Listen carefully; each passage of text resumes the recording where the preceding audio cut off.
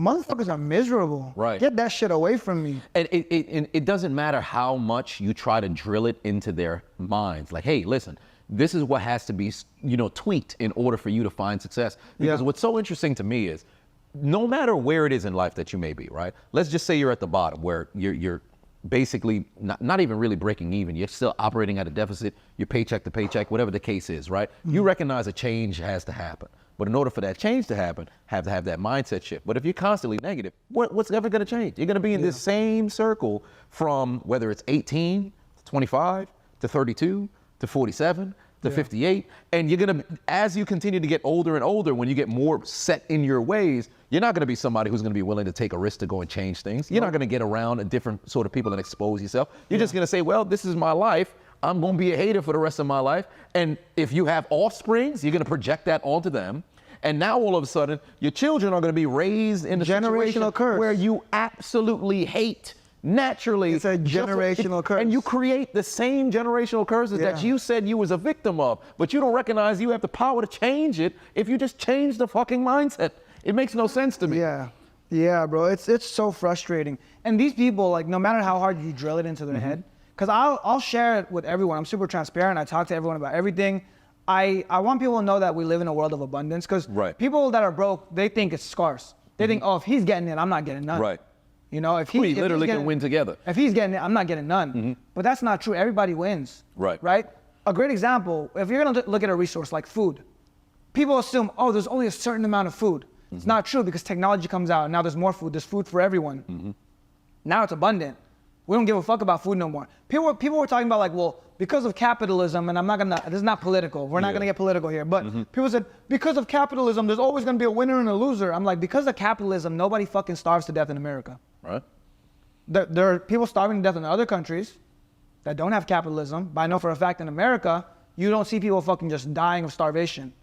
Because capitalism exists, because even the poorest of the poor, the very bottom in America, people are not dying of starvation. Yeah, there's shelters. People have access to clean water, shelters.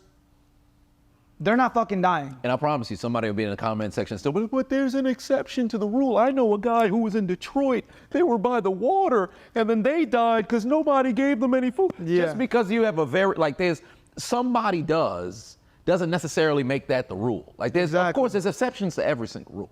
And I'm not saying America's perfect. I'm saying the lowest here still far better than the lowest in other countries. Yeah, because in life, truly, there's winners, there's losers across the board. And what's frustrating too is a lot of people, I guess we're gonna go there. It's a political episode. Yep. I'm about to rant. People talk about the flaws of America.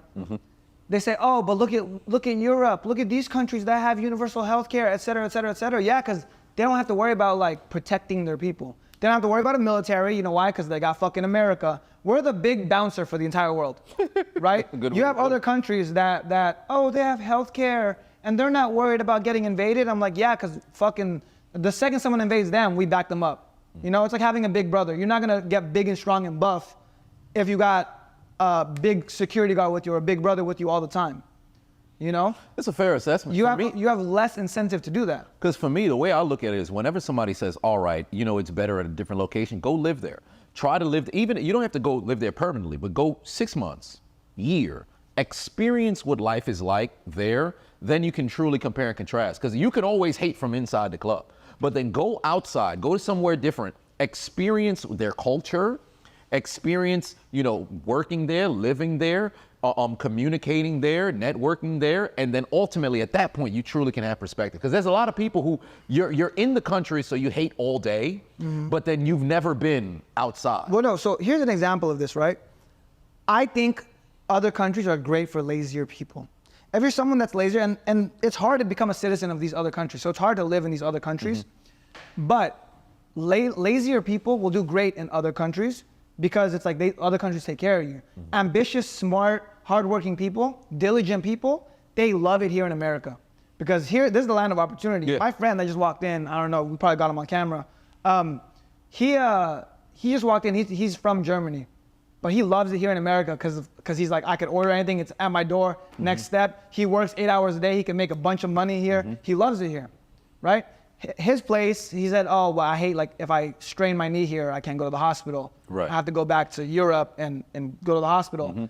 So that's one thing he doesn't like. But as far as making money, opportunity, he's here. So the people that want to win, this is the place to win. Yeah. Other countries, I get it. Like, people want to go there, but this is not the content for you, I guess. Like, this is not your content, because I'm big on just like being excellent at everything.